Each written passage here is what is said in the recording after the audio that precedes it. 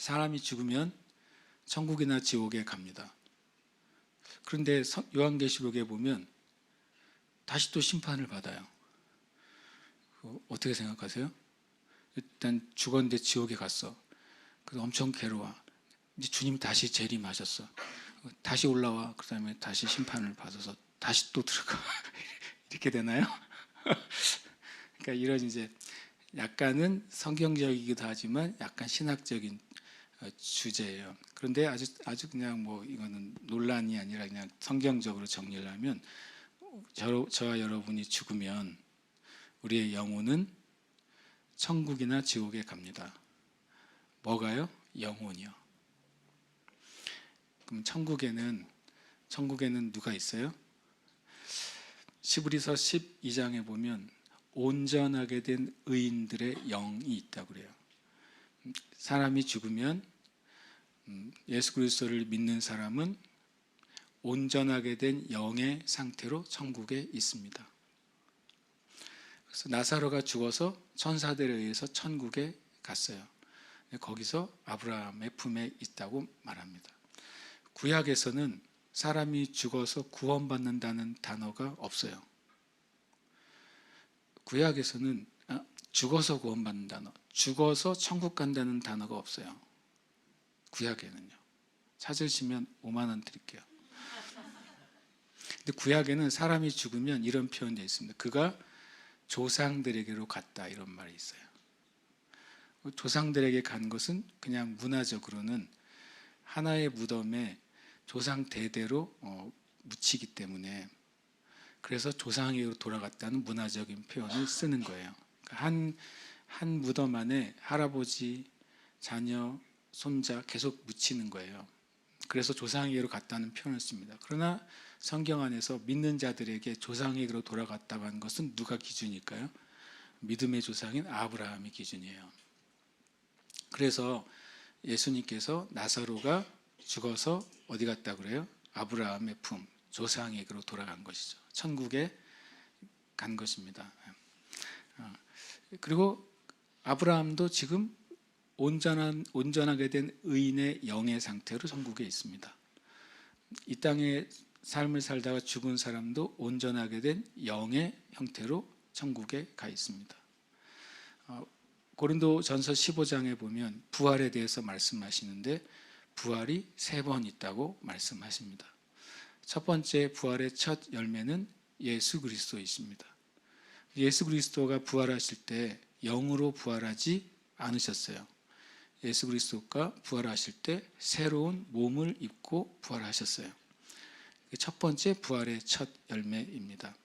두 번째 부활을 고린도전서 15장에서는 예수님께서 다시 오실 때 주 안에서 잠자는 자들이 부활될 거라고 말씀하셨습니다. 예수님의 재림 때 모든 사람이 부활하지 않습니다. 예수님 안에서 죽은 자들, 예수님을 믿고 살다가 죽은 자들이 몸을 입고 부활합니다. 땅에 있다 부활하는 건가요? 아닙니다. 하늘의 영의 상태로 있던 이들이 영의 몸을 입습니다. 고린도전서 15장에 이렇게 말씀하고 있어요. 육의 몸이 있은즉 영의 몸도 있느니라. 부활할 때 우리가 입는 것은 영의 몸이에요. 지금 여러분과 저는 육의 몸을 가지고 있는 것이고, 이 육의 몸은 사람이 죽으면 썩어서 흙이 됩니다. 성경에 이렇게 써 있습니다. 오늘 제가 하는 말을 꼭 잘 들으시고 성경에 그 말이 있는지를 집에 가서 찾아보시길 축복합니다. 예수님이 부활하실 때 그 사람들이 부활해요. 혹 유대인들은 그래서 부활을 믿는 유대인들은 화장을 거절합니다. 몸이 다 타버리면 어떻게 부활하냐고 말하는 것이죠. 지금 하마스와 전쟁에서 있는 그 많은 희생당한 유대인들이 하마스가 얼마나 잔인한지 사람을 죽이고 손을 잘라갔어요. 목을 잘라갔어요. 왜 그런 줄 아세요? 장례를 못 드리게 하는 것입니다. 유대인들은 사지가 다 붙어야 장례를 지냅니다. 그 손이 하나 없는 시신은 손을 찾아서 몇 달을 찾아다녀요. 그 부모가요. 그게 다 모아져야 온전한 장례를 드릴 수 있다고 유대인들이 생각하기 때문에 그렇습니다. 그러나 우리는 그렇게 믿지 않습니다. 왜냐하면 육은 흙이 되기 때문에 다 붙어있든 좀 죄송하지만 흩어져 있든 그것은 부활에 전혀 지장이 안 돼요. 두 번째 재림이 주님의 재림 때 두 번째 부활이 있다고 고린도전서 15장은 말씀하세요. 세 번째 부활이 있습니다. 그것이 마지막 때 주님의 심판 때 아담 이후에 모든 인류가 다 부활한다고 써 있습니다. 그때 다 모든 영혼이 육을 입어요. 왜 마지막 심판이 영광스럽고 두려운 줄 아세요?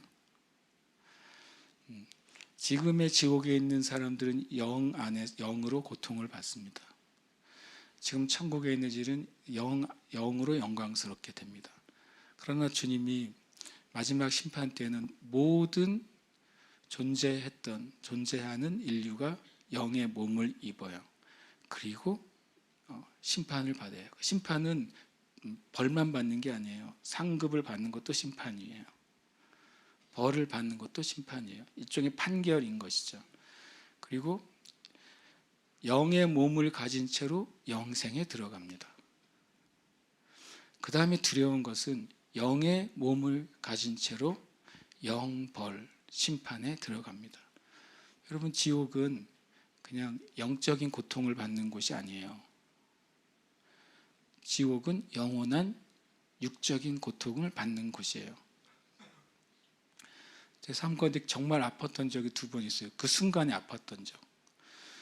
옛날에 노가다를 하다가 대못을 밟아가지고 지금도 제 뒤꿈치에 자국이 있어요. 몸 안에 못이 들어오는 느낌은 진짜 몸서리가 쳐졌어요. 그때 제가 제일 고통스러웠고 한 번은 일을 하다가 망치로 내 손톱을 제대로 쳤어요. 그것도 고통스러웠어요. 그 고통이 몇 시간을 갔어요. 어느 날 지옥에 대해서 묵상하는데 영적인 고통이라고 제가 생각했었어요. 지옥을. 그런데 아니에요. 저와 여러분이 어떤 육신의 고통을 경험했든 또는 어떤 육신의 고통을 상상하든 성경은 실제로 영원한 육신의 고통이 있는 곳이 지옥이라고 말씀하세요. 그래서 절대로 지옥에 가면 안 돼요. 절대로. 그 거짓말이에요. 그 말도 안 돼요. 그러지만 성경은 그렇게 말씀하세요. 영의 몸을 입고 영원한 천국의 주님과 함께 있는 것이 천국입니다.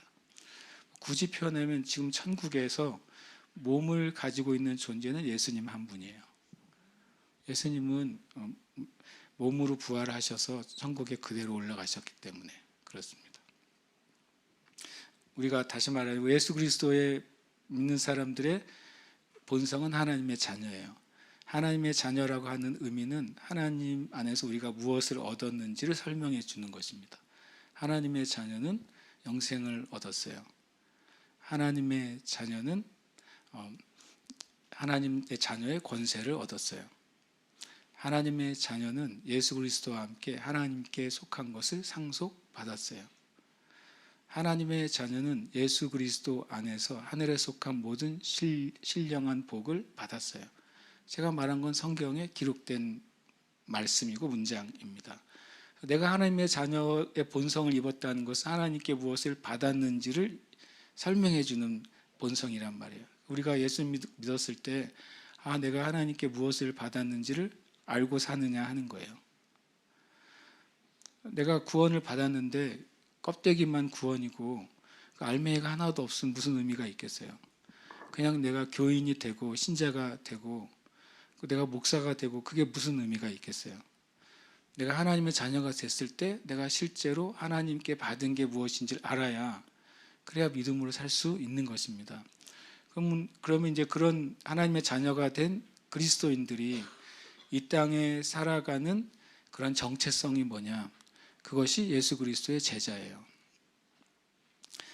예수님 믿는 사람들을 믿지 않은 사람들이 만났을 때 그들은 누구를 만나야 되냐면 예수님의 제자를 만나야만 돼요. 예수님 믿지 않는 가족들이 예수님 믿는 다른 가족을 만났을 때 그들은 예수님의 제자와 교제해야만 합니다. 그것이 믿는 사람의 정체성입니다. 아까 말한 것처럼 우리의 본성인 하나님의 자녀의 본성은 하나님께 무엇을 받았는지를 설명해 주고, 그리스도인의 삶의 정체성인 그리스도 예수의 제자는 내가 주님께 무엇을 드려야 되는지를 설명해 주는 것입니다. 우리의 삶이 주님께 무엇을 드려야 되는가, 그것을 오늘 본문이 말씀하고 있습니다.